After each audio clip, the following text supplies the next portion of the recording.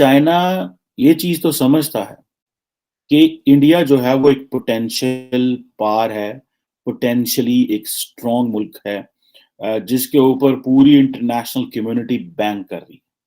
समझ रहे हैं आप बात को?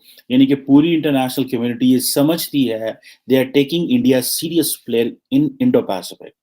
आप तो बिल्कुल इस वक्त अफगानिस्तान वाली सूरत हाल है। वो देखो आसमान में क्या है। अरे ये इतनी तेज रफ्तार, ये क्या चीज है जो चांद की तरफ जा रही है? गौर से देखो जरा। अरे ये तो यूएस डॉलर है।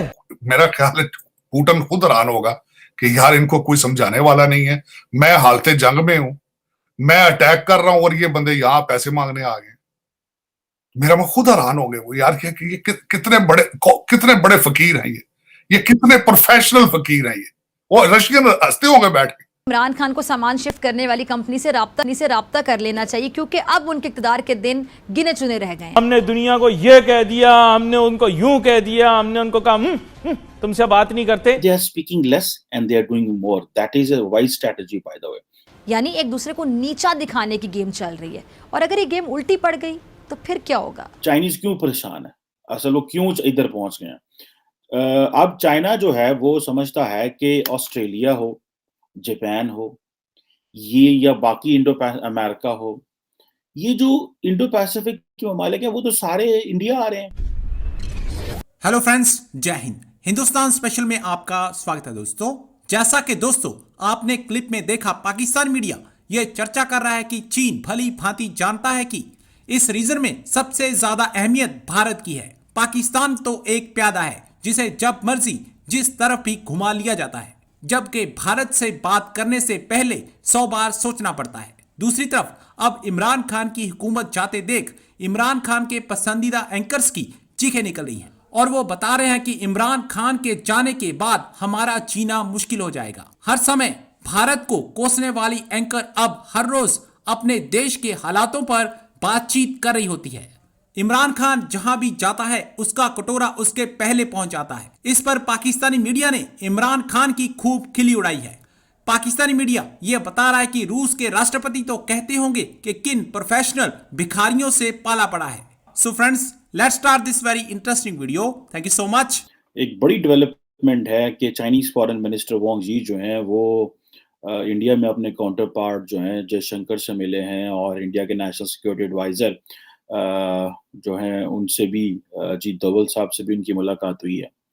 और ये बेसिकली आप कह लें कि पहला हाई लेवल विजिट था जब से लद्दाख पे जो एक स्टैंड ऑफ हुआ जिसमें चाइनीज और इंडियन फौजियों की जानें भी गई और उस वक्त एक बड़ा ग्लोबल ये पता चला कि शायद जो अब ये दो बड़े जो जिसे कहते हैं ना बड़े लीडर्स, बड़े ममालिक जो हैं ये आपस में क्लैश करने वाले हैं और पता नहीं चीन क्या करेगा और पता नहीं भारत से क्या होगा और इस तरह की बड़ी बातें।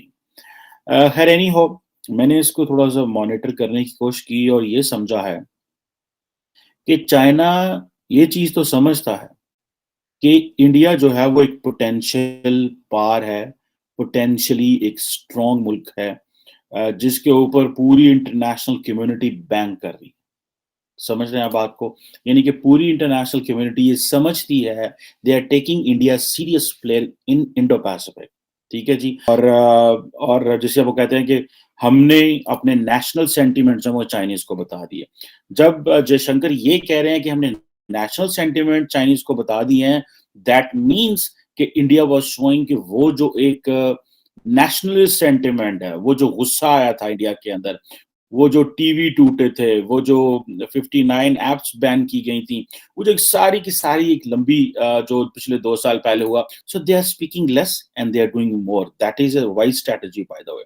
इसको आप और सारे का सारा जो सेंटिमेंट है बीजेपी ने through media and through some of their second cadre जो है या थर्ड कैडर या बाकी जो कैडर है लीडरशिप से उससे बिल्ड किया। ये एक स्ट्रेटजी है मेरा ख्याल है जिसको समझने की जरूरत है। चाइनीज क्यों परेशान है? असल वो क्यों इधर पहुंच गए हैं? अब चाइना जो है वो समझता है कि ऑस्ट्रेलिया हो, जापान हो, ये या बाकी इंडो अमेरिका हो, ये जो इंडो पैसिफिक के ममालिक हैं वो तो सारे इंडिया आ रहे हैं। अभी 21 मार्च को एक वर्चुअल समिट हुई इंडियन प्राइम मिनिस्टर मोदी की और Australian prime minister Scott Morrison की, और उन्होंने यही बात की कि जी पीस एंड ट्रंक्विलिटी। अच्छा, ये पीस एंड ट्रंक्विलिटी का जो लफ्ज है, ये बार-बार इंडियन फॉरेन ऑफिस से सामने आ रहा है, जो कि वो कह रहे हैं कि जी हमें एसेंशियल प्रीरेक्विजिट चाहिए ताकि हम नॉर्मलाइज कर सकें रिलेशन। और ये आज भी मैं देख रहा था कि जो जयशंकर है, इंडियन फॉरेन मिनिस्टर, वो पीस एंड ट्रंक्विलिटी पे बहुत ज्यादा फोकस कर रहे हैं। यानी कि आपको अमन भी चाहिए और हालात को नॉर्मलाइज और ठंडा करना है, और ये चीजें फिर आप आगे की तरफ जा सकते हैं। अब देखें कि ये जो क्वाड है, that basically is a pen, एक बहुत बड़ी पेन है जो कि चाइनीज के माइंड में 24 घंटे रहती है। और वो एक ही बात कह रहे हैं, free, open and inclusive Indo Pacific. अच्छा, इसकी ना एक, अगर आप ये जितनी भी स्ट्रेटेजिक कम्युनिकेशन होती है, इसकी बहुत सिग्निफिकेंस है। जब क्वाड के 4 ममालिक ये कह रहे हैं free, open and inclusive Indo Pacific, तो ये वो एरिया था जहां पे चाइनीज जो थे वो अपनी मर्जी से जो मर्जी किया करते थे, वो जिसके ऊपर मर्जी वो कर दें। अब वो क्या कह रहे हैं, अब दुनिया का ध्यान क्योंकि इधर हो गया, तो वो क्या कह रहे हैं, free and open Indo Pacific, inclusive Indo Pacific. और आप भागकर, आपने इंप्रेशन ये दिया कि बायलैटरल ट्रिप है, आप भागकर वहां चले गए, वहां मिलते तरले, और उन्होंने थर्ड लेवल का जो डिप्लोमेट भेज के आपको एयरपोर्ट पे रिसीव किया, और उसके बाद आपने मिलते समाजतें करके वहीं से चाइना की आप रशिया उस वक्त चले गए जब मेरा ख्याल है पुतिन खुद हैरान होगा कि यार इनको कोई समझाने वाला नहीं है, मैं हालते जंग में हूं, मैं अटैक कर रहा हूं और ये बंदे यहां पैसे मांगने आ गए।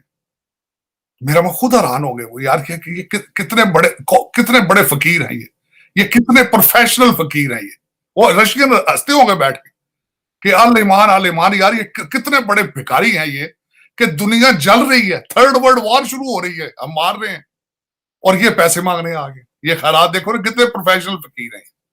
मैं खुद कई दफा हैरान होता कि इनको कोई समझाने वाला नहीं है, कोई इनकी मोरालिटी नहीं है, कोई सेल्फ रिस्पेक्ट नहीं है, कि यार सारी दुनिया बेचारे वो। अच्छा, दूसरा आपको ये, बल्कि एक और ब्लंडर आप तो कह रहे, इनका ब्लंडर ये था कि पाकिस्तानी एम्बेसडर जो यूक्रेन में था, वो यूक्रेन को जाकर उनको कह रहा था हम आपके साथ हैं। प्रेसिडेंट रशिया चले गए और इनका जो वो वहां पे जो एम्बेसडर है खोखर साहब, वो जाके तो यूक्रेन के मिलके जाके उन्होंने कहा था कि पाकिस्तान इज विद यू। मेरा जो आपका एम्बेसडर है उसका नैरेटिव कुछ और है, प्राइम मिनिस्टर का नैरेटिव कुछ और है। वो कहती हैं कि अब इमरान खान को सामान शिफ्ट करने वाली कंपनी से राब्ता कर लेना चाहिए, क्योंकि अब उनके इक़्तिदार के दिन गिने चुने रह गए हैं। मरियम हुकूमत के हॉर्स ट्रेडिंग के इल्ज़ाम को रद्द करते हुए कहती हैं कि किसी मुनहरिफ अराकीन को एक पैसा भी नहीं दिया गया। और मरियम का ये भी कहना है कि हुकूमत का काम सिर्फ झूठ बोलना, इल्ज़ाम तराशी करना है, अपने हरीफों पर बहतान लगाना ही हुकूमत का हथियार है। लेकिन बहुत जल्द तमाम सरकारी अमलाक झूठ, नफरत और करप्शन से खाली हो जाएंगे। यानी एक दूसरे को नीचा दिखाने की गेम चल रही है, और अगर ये गेम उल्टी पड़ गई तो फिर क्या होगा, फिर कैसे चलेगा? ऐसे तो बिल्कुल नहीं चलेगा।